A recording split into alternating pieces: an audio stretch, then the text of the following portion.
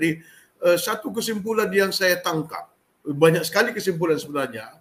Ini sebagai pengantar untuk pertanyaan saya kepada Impal Kuperita Eki, kemudian nanti kepada senator kita, bahwa dari sejarahnya GBKP itu selalu terlibat di dalam pembangunan bangsa ini.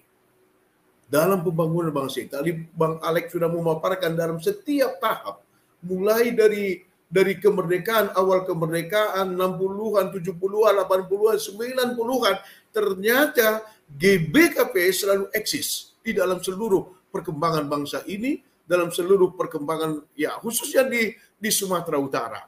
Namun, tadi Bang Alex juga berkata bahwa Permata, Mamre, Moria, termasuk Zaitun kita, seharusnya itu mempunyai sebuah kekuatan sosial politik sehingga bisa melentarkan, mengentaskan anak-anak muda kita untuk terjun dalam politik. Nah, hanya ini kita tidak dapat. Maka pertanyaan saya sekarang kepada Impal Kuperita Eki, saat ini bagaimana persisnya GBKP programnya untuk keterlibatan politik ini, Pak? Ya, padahal tadi juga pendiri Calvinis itu, Johannes Calvin sendiri mengatakan bahwa salah satu profesi yang paling mulia di bawah matahari adalah menjadi politik itu. Nah, silakan Impal Kuperita Eki, bagaimanakah menyikapi apa yang sudah disampaikan oleh Bang Alex tadi dan juga pandangan-pandangan itu sendiri mengenai situasi politik itu. Silakan. Ya, bujur melala Impal. Kami bilang kemarin ngobrol-ngobrol aja, kupikir topiknya ringan-ringan saja, rupanya berat juga ini. Berat bagi kita itu ringan kok. Ya, oke lah. Jadi tadi Abang Pertua Brigjen Alex sudah sangat lengkap dari aspek sejarah. Saya barangkali ke pertanyaan dulu tadi langsung saja nyorotin pemudanya gitu ya. Kenapa mereka apatis dan bagaimana posisi gereja saat ini. Ya, jadi kalau pemuda pada saat ini kan bisa kita bilang usia 18 sampai 20-an tahun itu berarti memang generasi milenial, dan kita tahu generasi milenial itu agak tidak suka dengan struktur politik yang konvensional begitu, apalagi tidak berdampak pada mereka. Inilah eksekutif, legislatif, yudikatif, itu konvensional, itu memang formalnya seperti itu. Kalau tidak berdampak ya mereka kan cenderung lebih suka informal. Pakaian mereka, cara pandang mereka juga ya yang penting efektif, yang penting berdampak gitu. Jadi itu yang membuat mereka menjadi apatis karena toh yang dipertunjukkan oleh sistem politik yang konvensional itu ya kebanyakan itu cuma omong doang begitu. Kenyataannya ya mohon maaf, Indonesia dari indeks persepsi 2021 itu 96 jadi 110. Mau rumah-rumah ibadah kita juga mau sepenuh apapun, kalau ya kenyataan menunjukkan kita itu ya niat moral apa segala macam merosot ya omong kosong saja bagi generasi milenial saya rasa. Jadi itu juga kita nampak di Kabupaten Karo begitu Impal, sampai warga Liang Melas Datas itu kirim truk berisi jeruk ke Presiden Istana langsung, Negara ya. Itu berarti ada sumbat yang konvensional ini nggak efektif gitu ya, mohon maaf. Eksekutif, legislatif, yudikatif, ada gangguan-gangguan di sana sehingga tembak langsung ke Istana Negara seperti itu. Jadi inilah gambaran persepsi generasi milenial itu yang memang agak-agak apatis melihat situasi yang ada saat ini begitu. Jadi bagaimana semestinya posisi gereja ya, bangkitkanlah kepercayaan mereka seperti itu. Jadi kalau gereja memang peduli, karena sejatinya politik itu kan, kalau dari sudut ilmu politik kan semua politik gitu. Bahkan orang yang mengatakan saya tidak berpolitik, ya betul, politiknya adalah tidak berpolitik gitu. Ikut berpolitik. Jadi, benar sekali, Pak, benar sekali. Jadi dari sudut politik nggak ada yang nggak dari sudut ilmu politik ya semua berpolitik, termasuk gereja sekalipun yang barangkali ada gereja mengaku saya tidak berpolitik. Nah, dari sudut ilmu politik itulah politiknya tidak berpolitik gitu. Jadi lebih baik gereja itu memang ya, kalaupun sebagai organisasi keagamaan ya mestinya dalam situasi ada sumbat aspirasi tadi, ada hal-hal yang tidak efektif, gereja juga harus peduli, harus mau turun tangan, harus mau juga terjun ke lumpur begitu ya, bersama dengan masyarakat, khususnya bersama dengan generasi penerus, generasi milenial untuk memperbaiki keadaan gitu. Jadi yang bisa dilakukan gereja ya tetap juga di concern dia di lembaga yang menjaga moral begitu. Jadi bisa saja saya rasa gereja ikut terlibat dalam misalnya ada uji publik terhadap tokoh-tokoh atau pemuda atau tokoh-tokoh politik yang memang siap untuk membawa aspirasi yang nanam nasi tuhunandai gitu, yang memang efektif gitu. Dan yang efektif tentu sudah terlihat pada orang-orang yang terbukti efektif begitu, karena sering sekali yang belum ada kinerjanya kita lihat di mana-mana, tapi itulah sistem politik kita kan. Iya, betul. Politik kita betul.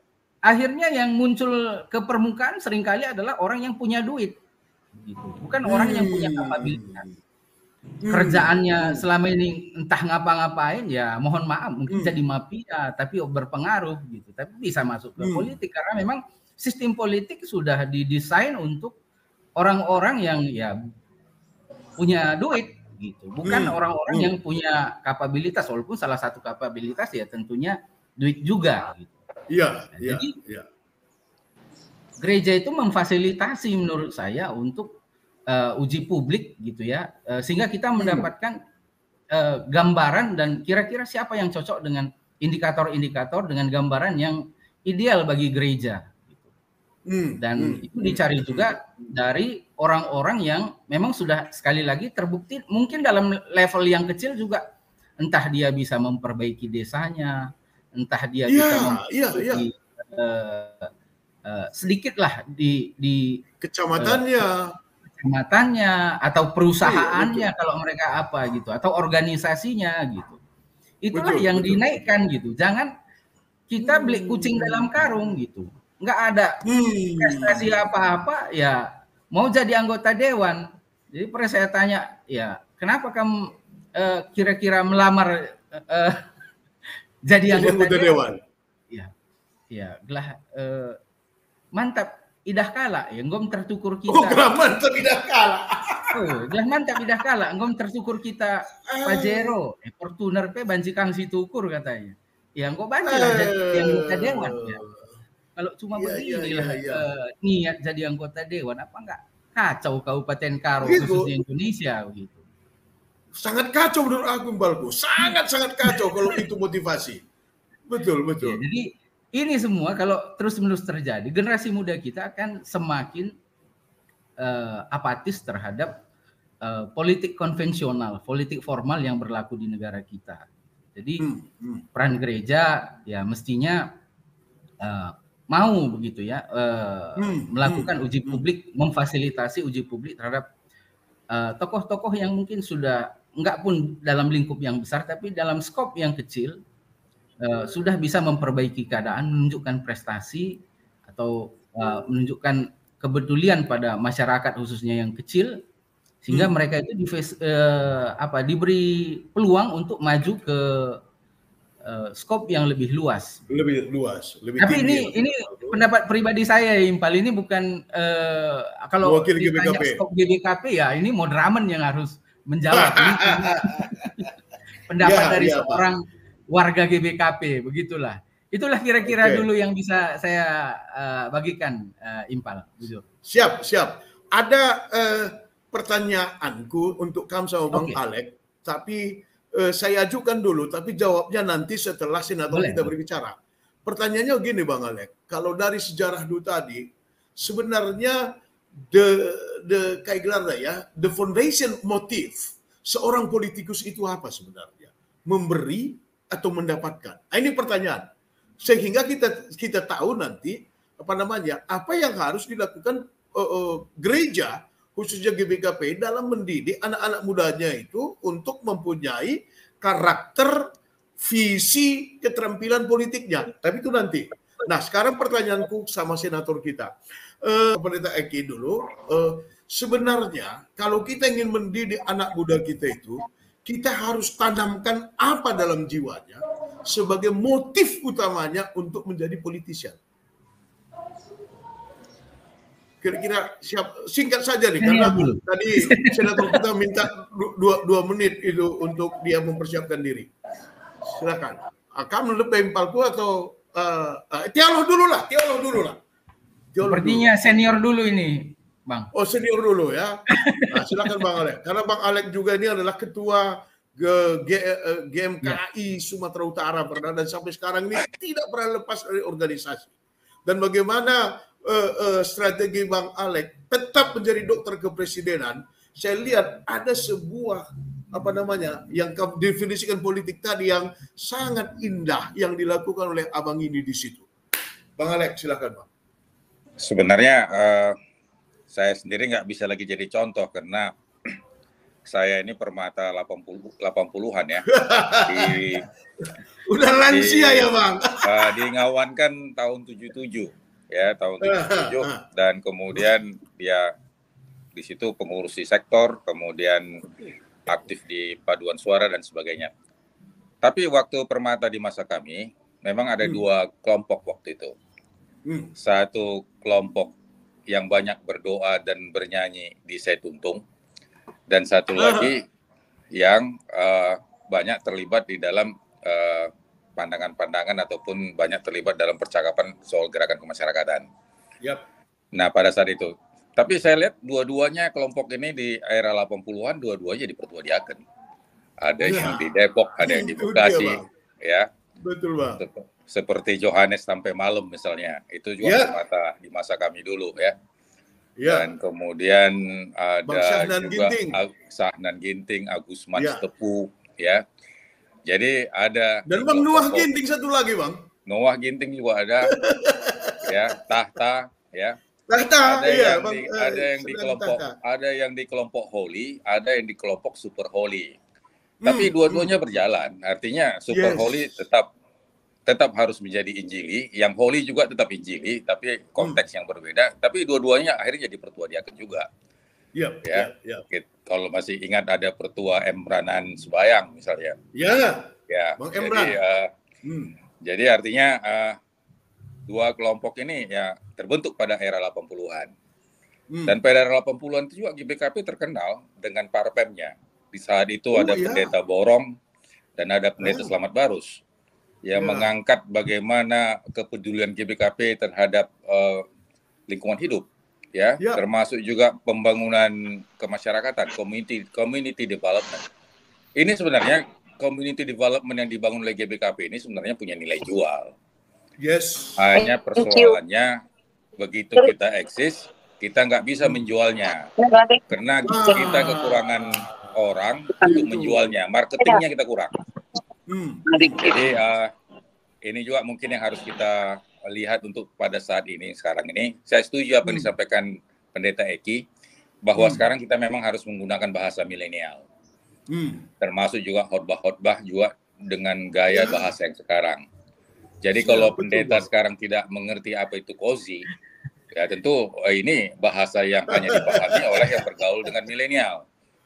Dan kalau pendeta-pendeta sekarang tidak aktif di sosmed, dia akan ketinggalan. Dia harus punya halaman di Facebook, dia harus punya juga di Instagram. Dan dia juga harus bisa menguasai Twitter. Minimal 2 itu. Jadi kalau kita memang menguasai milenial, sebagaimana yang disampaikan Pendeta Eki, ya kuasailah itu TikTok, kuasailah itu Instagram, kuasailah itu Facebook. Jadi Facebook itu dewasa menengah ke atas, kemudian Instagram dewasa tengah ke bawah. Saya juga ngajar katekisasi. Saya ngajar katekisasi reguler. Murid-murid saya itu semua adalah Z generation semua. Kelahiran 2005-2007. Nah, kalau saya mengajar katekisasinya tidak memakai PowerPoint, tidak menyampaikan ilustrasi apa yang ada di sosmed, bahasa-bahasa sosmed, ini nggak masuk. Betul sekali. Walaupun dasarnya itu ya kita menceritakan apa yang sudah disiapkan oleh buku katekisasi oleh gereja. Buku yang dibuat oleh gereja sudah bagus. Hanya memang the way untuk menyampaikannya itu memang saya setuju. Bahasa milenial, bahasa Z generation ini harus terus diikuti. Demikian juga Badi Kenita sebenarnya termasuk generasi milenial nih. Yang sudah hadir di pusat. Nah, ini kebanggaan kita juga. Tentu kita harus belajar juga bagaimana pengalaman beliau. Siap Bang. Satu kalimat, 2 kalimat Impal Pendeta Eki sebelum Badi Kenita. Menurut lu, ya apa motif seorang politisian yang harus dia tanamkan dalam hatinya, Pak? Impal, silakan Pak. Ya, jadi balik ke arti politik itu sendiri, Impal. Politik itu kan gabungan dari dua itu. Nah, politik itu ada power dan polisi, kebijakan. Jadi bagaimana kebijakan menggunakan kekuasaan dan untuk apa? Untuk polis yang ketiga, arti ketiga. Kebijakan. Bagaimana kebijakan memanfaatkan kekuasaan demi kepentingan polis, kepentingan kota, kepentingan bersama, kan itu idealnya. Jadi motivasinya itu pasti untuk memberi kepada rakyat banyak begitu. Itu yang sejatinya. Jadi kalau di zaman sekarang ini pun kita sudah alergi gitu ya. Berbicara tentang kesejatian gitu ya, KIP ini kan ya pertakal kali menjelang pemilu 2024 engkaris tuhuna. Banyak juga yang ya nggak mau, ngapain kita banyak omong katanya toh. 1 hari sebelum hari H ya 3 juta kin anggaran perkala atau 300.000 sajalah ukuran lo pada gedang-gedang gitu. Tapi ya marilah kita belajar kesejatian. Politik itu sendiri harus dimengerti, kita mengerti secara bersama begitulah. Ya, kita tentu ahli-ahli politik lebih baik, tapi setahu saya gitu paling tidak ada 3 hal itu: power, polisi, dan polis. Polis ya. Ya. Oke, Palku. Oke. Jadi kita motivasinya memberi diri untuk memberi. Iya, betul, itu kan tema PJJ kita minggu ini tuh. Saat ini. Kamu harus menjadi berkat bagi kota di mana kamu tinggal. Jeremia pasal 26. Iya kan? Oke, Palku. Bujur. Silakan Impalku, Pendeta Eki, closing statement Bas Kamnari. Bujur Bang Alek. Ya.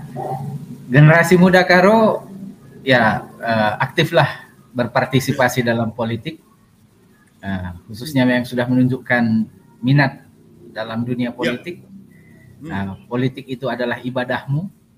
Itulah panggilan jiwamu terhadap Tuhan. Karena itu ingat kepentingan rakyat banyak, jangan kepentingan diri sendiri. Jadi baliklah ke pengertian dasar politik.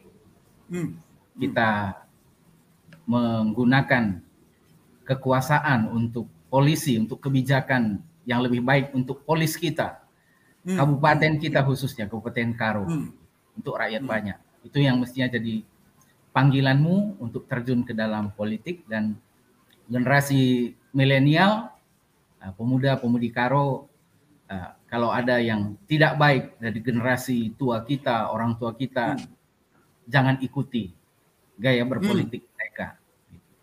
Hentikan politik uang. Dan buat yang sudah yang melaksanakan politik uang, hentikan. karena Anda hanya merusak generasi masa depan. Anda menghancurkan, Anda hanya berpikir untuk jangka pendek. Tapi jangka panjang Kabupaten Karo, jangka panjang bangsa dan negara Indonesia, Anda tidak pikirkan.